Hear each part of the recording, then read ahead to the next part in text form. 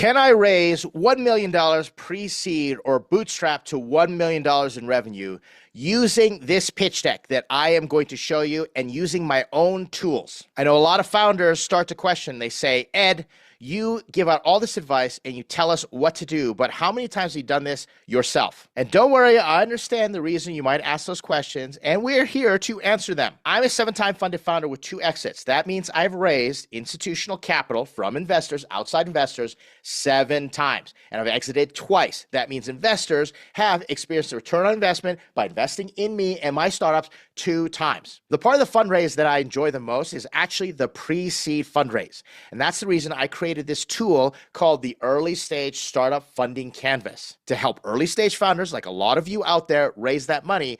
But now what I want to do is I want to use my own tools to demonstrate how effective they can be. And I'm going to be doing this while I stay as the Chief Strategy Officer for Startups.com. Right now, I advise over 600 active founders, and we have over 4,000 founders, 4,000 startups as part of our alumni who've gone through our program. And so through this series, let's call it the Road to 1 Million. I don't know. We'll figure out a better title. I'm going to walk you through step by step. So those of you out there, you can do the same thing. I'm also doing it part-time, and I'm looking at bootstrapping because a lot of you founders out there are also doing it part-time and you're looking to bootstrap. It's highly advisable to extend your own runway and work a job and make sure that you can fund yourself and you can bootstrap your company. That's what I recommend. So we're going on this journey together. Now, you may not be in the same boat as me. You may be building a baby unicorn sitting in a rocket ship ready to go to the moon, and that's fantastic. I've got a lot of other advice for you, and there's a different fundraising path. But if you're on the fundraising track like me, you've just got an idea, you're starting off,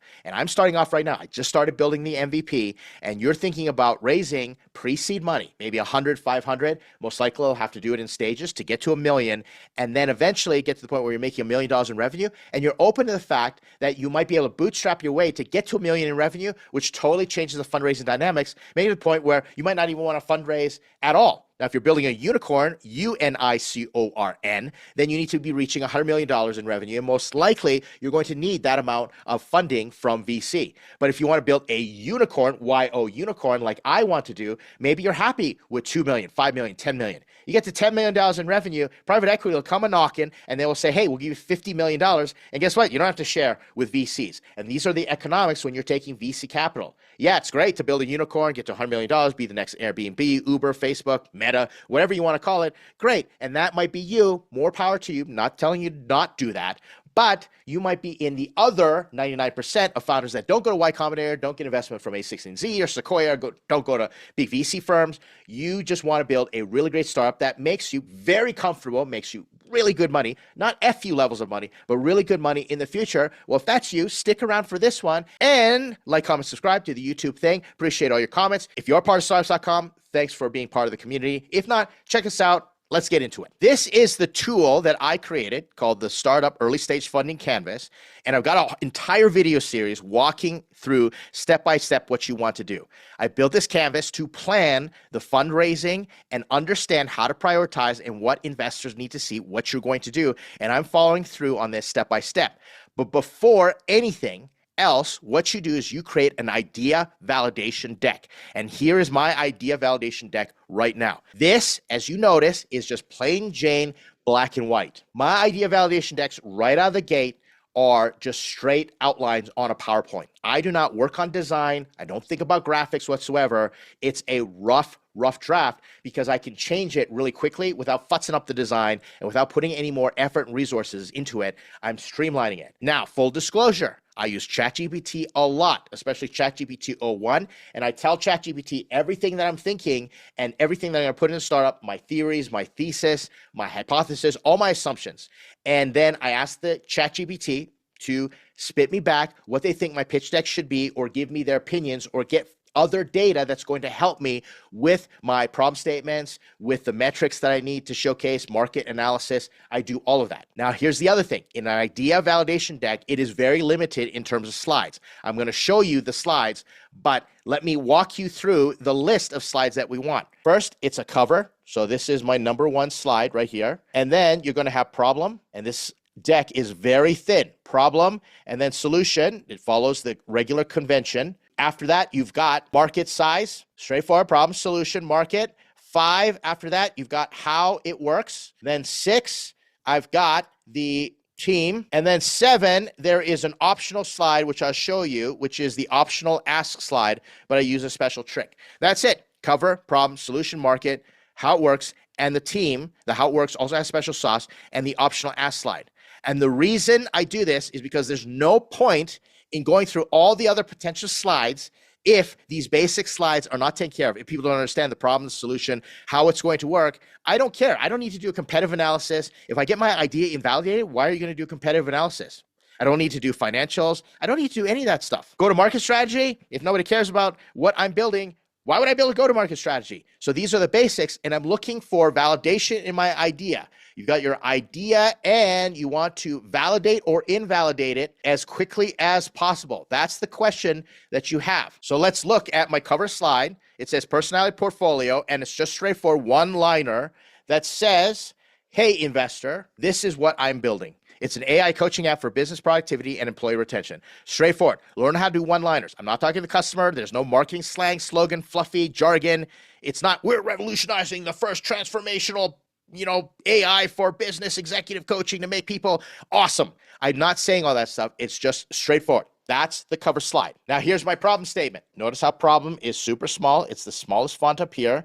And like I said, I got help with ChatGPT, went through multiple versions, but it says 80 million employees lack access to coaching despite employer demand, costing U.S. businesses $556 billion annually in lost productivity and preventable turnover due to high fees, uneven quality, unscalable, fragmented market solutions. I start off with my users. How big is this market? So I'm going size of the problem. 80 million employees.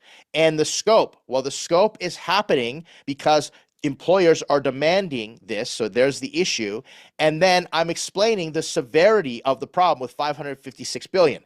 Let's talk about how I got to 556 billion. I went to ChatGPT and I just set up some scenarios and how it ended up being calculated. And this was an extrapolation. That word is extremely important, extrapolation, because I didn't just go to a Gartner report and download the size of the industry and the cost of the industry. I'm not going to be lazy like that because I want to provide insight to the investor. I want the investor to say, how did you get to that number? And I'm going to explain, hey, I'm very thoughtful and I studied the market. I analyzed it. Here's what happened. We looked at all the employees in the United States. And then we looked at how many of them could benefit from coaching based on what employers wanted. And half of the employers wanted their employees to get coaching. And then I said, all right, what are the benefits of coaching? How does this solve the problem? And I looked at productivity and retention. Then we ran through some numbers and basically it said, all right, so if every employee on average makes $60,000 a year, here's the total amount. And if we increase productivity based upon 10% increase, so a minimal increase that coaching would provide, because I can say that as a baseline, because I know in coaching, because of my domain expertise and experience as an executive coach, what gets measured gets done. As soon as you start putting effort into something, as soon as you start measuring it, there's an immediate 10% increase in everything, productivity. Then we talked about retention. And we looked at how much does it cost every employee if you've got turnover. And we calculated out it costs basically their salary. So if you've got a $60,000 a year employee and you've got $60,000 in retention costs if they turn over, then if I reduce that by 10%, then how much money are we saving the company? So how much more productivity do we have in dollars and how much more are we saving? Now, that may seem like a bunch of gobbledygook, but imagine you're an investor and I'm talking to you like this, that I've actually analyzed and studied. I just haven't gone to the internet and ripped off some numbers or just put in whatever the first thing ChatGPT told me to put in. I have logic and I have it all written down and collected so that any investor can start to look at and understand. On top of which, I can explain to the customer when I show them this unique value proposition, a 10% increase, average employees, and now I've got marketing, now I've got sales, founder-led sales, I've got the foundation that I'm building. That's the benefit of doing it in an idea validation deck is you get practice and you get that foundation built. Once again, my problem statement is one sentence. It's a bit of a long sentence, but I like it where it's bolded for the size, scope, and severity of the problem. Now, notice something very important here. It says high fees, uneven quality, unscalable, fragmented market solutions. I want to solve that in my solution statement. Solution statement, here we are. Solution. Our AI coaching app merges validated frameworks, peer feedback, and live coaching support at less than 10% of the usual cost to increase productivity and employee retention. Notice I said the problem is that companies are losing tons of money in productivity and retention. Well, I can solve that at less than 10% of the cost because it's expensive and it's fragmented. Well, I incorporate it all together into one solution, merging it all together. And we've got uneven problems, uneven coaching solutions. Well, I've got validated frameworks. And I've explained how this all works. It's an AI coaching app. It's an app. It allows us to combine all these things together. The problem and solution align. Let me go back and forth here. Problem, 80 million employees lack access to coaching, right?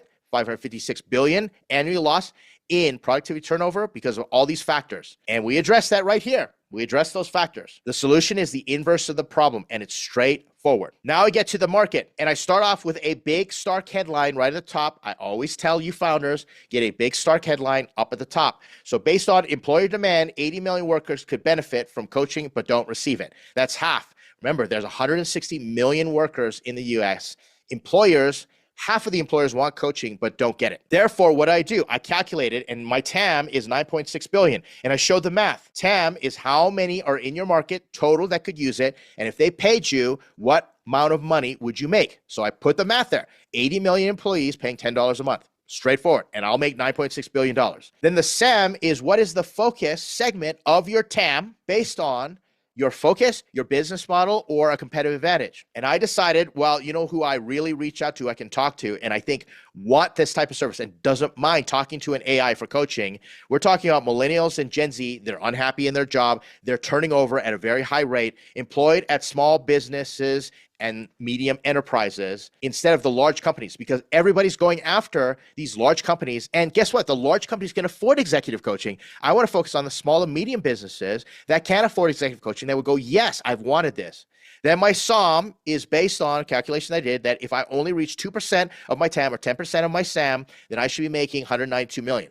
And this is the beginning stages. I don't have any data to back this up yet, and that's okay, because I'm showing the investor this is my framework, this is my frame of mind, these are my thoughts, my assumptions. If I just do 2% of this, that's all I need to do, or 10% of this, then I should be okay. The investor is now going to look at me and say, do I really think that Ed is going to be able to pull that off? And that's where I have to back it all up. All my good promises, I have to back it up and explain, hey, in my past, I've been able to penetrate 2% of the market easily with this, or this is all that it takes. And that's where the rest of the deck needs to come into play. But the purpose of the idea validation is so that they understand the way that you think about the market, and then you get them salivating a little bit, get them excited, saying, oh, this is actually a really big market. And only 2% of the market, you'd be making $192 million a year. That's $100 million is a unicorn. Well, you're going to be a unicorn if you pull this off. So the market's important because the type of investor you're going for, if they want a unicorn, you better have B's next to your market. You better have billions justified with a thought process where, again, you didn't just rip it off the internet. You're just not talking out your rear end and trying to make the investors think, oh, I'm super smart. They're smart. They'll know when you're BSing the market a mile away. I try and create a thoughtful market analysis that gets me into another thoughtful and meaningful conversation with the investor where they go, wow, Ed is pretty smart and he's really studied this. Now we get to the how it works slide. And once again, the how it works slide has a stark headline. Our generative AI automates all coaching tasks at scale until life coaching is required. That's it. Straightforward. If all they did was read that headline, they'd understand how it works. And it's in one sentence. Now, I didn't come across this. I didn't create this in the first 5 minutes. This pitch deck took me a day to really refine and boil down. Put in the work, but use the tools like ChatGPT. And then I've got 3 steps. So all I want them to do is read these steps and then the examples if they want to. But the step 1 is AI assesses the employee, builds the personality portfolio, harkens back to the name of the company. Step 2, the employee can ask the AI for coaching plan or get peer feedback. Great. And then step 3, a certified coach can be contacted for AI prompts or live sessions. And then I got examples. Please take this DISC personality test. How can you get along with my manager? And let's adjust your plan and then meet. It's so simple. Doesn't have 10 steps, doesn't have an instruction manual, and it's got this big headline that makes the investor understand. And I want to know, do you understand it? Do you understand this? And are you validating or invalidating my idea? That's the purpose of this deck. Now, here's an extra slide that I added in after because I really thought I needed to differentiate a little more. And so I put in more of a special sauce slide, and this is completely optional. I don't need to have it, but the reason I added this is because I know someone that I'm going to be sending this to, and they're going to want to see it. Let's talk about this for a moment. By the time you are done with your pitch decks, you will have like 12 different versions of pitch decks. You have your master deck that you've got all the slides, and then you might have a technical pitch deck, a pitch deck for VC, a screener outreach pitch deck, which is the shortest pitch deck that you can have that you upload and you put as a link on your outreach emails. You might have a pitch deck for friends, family, and associate investors, unsophisticated investors, and then you got pitch decks where you're going to be presenting live or maybe a pitch competition. You adjust your slides and your pitch decks based upon the context in which you're delivering them and who your audience is. I've done pitch decks where every co-founder has had a different pitch deck because they got different stories to tell. So if I've got basically one co-founder pitching, I say, use this slide, and they've adjusted it to them. In this case, I added an extra how it works special sauce slide because I've got someone in mind who could be an investor and already is a possible customer and has already talked to me and said, hey, send me whatever you've got. So I'm building my network. Your network is your net worth. And I've got this network, these connections. So I can think ahead of time, they're going to want to see this slide. I've got other people that want to see the slide as well. Let's talk about how I adjusted this slide for my purposes. Once again, this is a special sauce.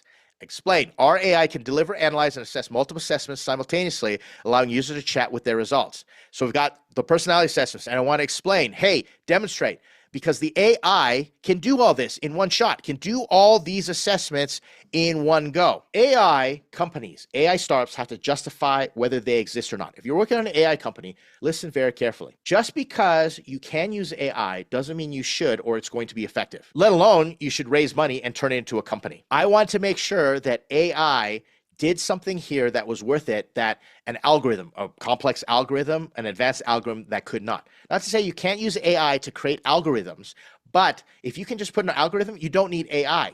In fact, my MVP that I'm building, the front end of it is only algorithm based. It's not AI based. The back end is going to be AI based. But there's a clear separation of what is AI and what is an algorithm that I'm going to be talking to investors about. In this case, one of the frustrations in the market, one of the problems that I've experienced is that you've got all these service providers that give out these assessments, these psychological temperament assessments like DISC, Strength Finder. I've created one that was one of my old companies, MDNA Cloud. And the problem is everybody does one assessment and then that's all they do. And they try and sell that one assessment and the market is fragmented.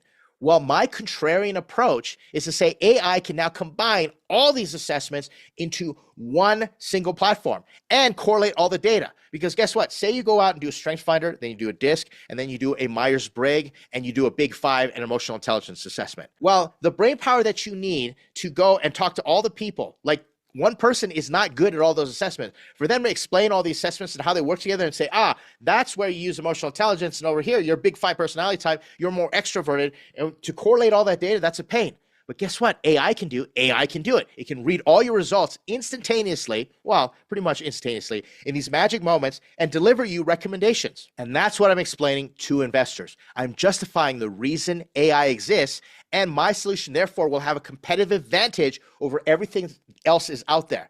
That you can say, I'm a company that does this one type of assessment, a DISC assessment, and I'm going to eat your lunch. I'm going to blow you out of the water because I can deliver 10, 15 different assessments through AI, which aren't copyright, which aren't protected by trademark. Registered trademarks do not exist because they're based on science that is out there, and the AI has created these assessments for me. You see the difference? AI justifies why I need to make this a startup and raise money. Therefore, that's the purpose of this slide right here. And I think this slide is going to be a highlight for some of the investors, potential customers I'm going to show this to. Now let's get to the team. Here's the team. And notice again, my big Stark headline right at the top. The founder, Ed Kang, has already built and exited employee engagement assessment company.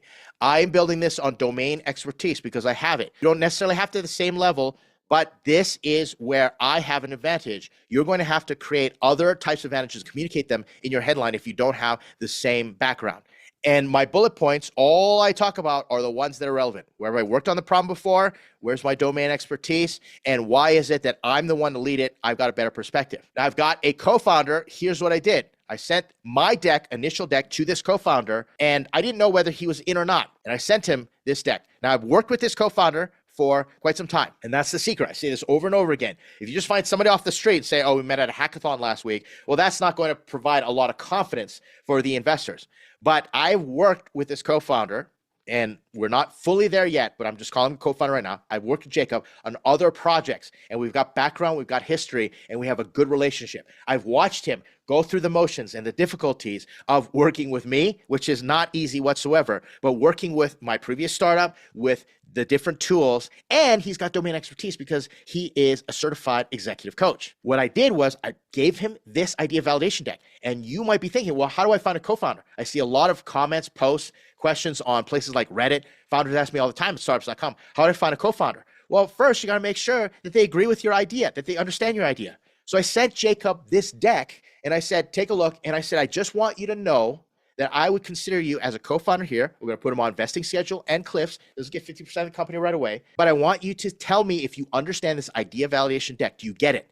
And he came back to me and said, I get it, and I'm excited. And that's how you get people in. So don't discount the value of an idea validation deck beyond investors for other stakeholders. If you can show yourself to other co-founders, potential partners, customers, that you are a founder that is organized enough to do a great idea validation deck that becomes like an elevator pitch on what you're trying to build, you are going to get so much further than all those founders that just say, I need a co-founder. I got this idea. Well, how are you going to do that idea? I don't know. I just have this idea. Who wants to work on this idea with me? Think about all the options that technical co-founders out there have to work on startups with founders that have got their poop together, their poop in a group, more than you just saying, I've got an idea. Now, here's another thing. I'm actually building this. So I'm the technical founder in this space. I put out a video on how I'm using AI to build MVPs. Well, I'm using AI to build this, and I've got it about 10, 20% finished already. Now we get to the funding slide. This is a special technique that I use. You don't have to put in the slide. It's completely optional. This slide is optional. And I put this headline right here. Investment is not required at this time. Contact us if you would like to be notified of possible investor opportunities. I want the investor to know that maybe I'll be raising capital and maybe not. I want them to experience FOMO, fear of missing out. I want them to say, hey, wait a second. And I want them to get emotionally involved with me right away. That sounded weird, like we're dating. Pretty much, I want to make an impression that hits their emotional hot buttons and makes them say, wait a second, if Ed has done 7 ventures and he's exited 2, well, he's got a track record. So I want to be on the next one. Please, please, please keep me posted. And therefore, they're going to take my call in the future. They're going to answer my emails, not, contact me, or they're completely like just apathetic to me. And I am hounding them, I'm bugging them, I'm being that annoying person, sending them all that information all the time, and they don't have any reason to respond. But if they are emotionally vested and they want to respond, and they're like, oh, if Ed doesn't contact me, I could be missing out on the next opportunity. Well, that's how I do it. I use slides like this just to hook them just a little bit more, to get that hook in there. I don't know if I'm going to pull on that hook. I don't know if I'm going to reel that investor in, but I want the option. And that's why I put out this deck, this idea validation deck, right from the day I start working on the idea. After I've got the idea figured out in my head and I'm ready to go out and start talking about it, before I even start building the MVP, I do this deck and I start fundraising from day one. I may not need the funds, but it's better to have and not need than to need and not have when it comes to investors. I'd rather have investors saying, Ed, can I invest? Can I invest? Keep me posted. Can I invest? Than have to go out there and say, hey, everybody, can you invest? And nobody listens to me. This is going to be in my plan, the funding canvas that I'm going to be putting out, that this is the first step that you need to do to get that foundation set and start practicing. You are going to see more videos come out with this. I'm writing a book. That's the preview that'll walk you through step by step. And I'm always going to put out free resources on this channel for you to do this on your own. Go out there and raise that money, but start with the idea validation deck. Don't worry, there'll be more lessons on how to do an idea validation deck, but this gives you an idea of what I'm doing, and you might have already learned from me how to do an idea validation deck, and might give you just some other ideas on how to approach your fundraise at an early stage, especially if you're doing pre-seed. Can I raise $1 million or bootstrap to $1 million? Well, I better be drinking my own Kool-Aid, eating my own dog food, as the expression goes. We're going to find out. Let's find out together. A lot of lessons to learn along the way. Hope you can join me with your startup and you do this with me. Let's do it together as a community. If you want your own idea validation deck critiqued and reviewed, leave a comment. Let me know that you've got an idea validation deck, and I'll send you instructions. I'd love to spend time looking at your idea validation decks out there. Share this video, tell your friends, other founders, let's get working together. Watch some of these other videos that I put on the screen. Do the YouTube thing, like, comment, subscribe, always appreciate it. And thank you so much for hanging out with me and being on this adventure. I look forward to all your startup success as founders, and I will see you in the next video.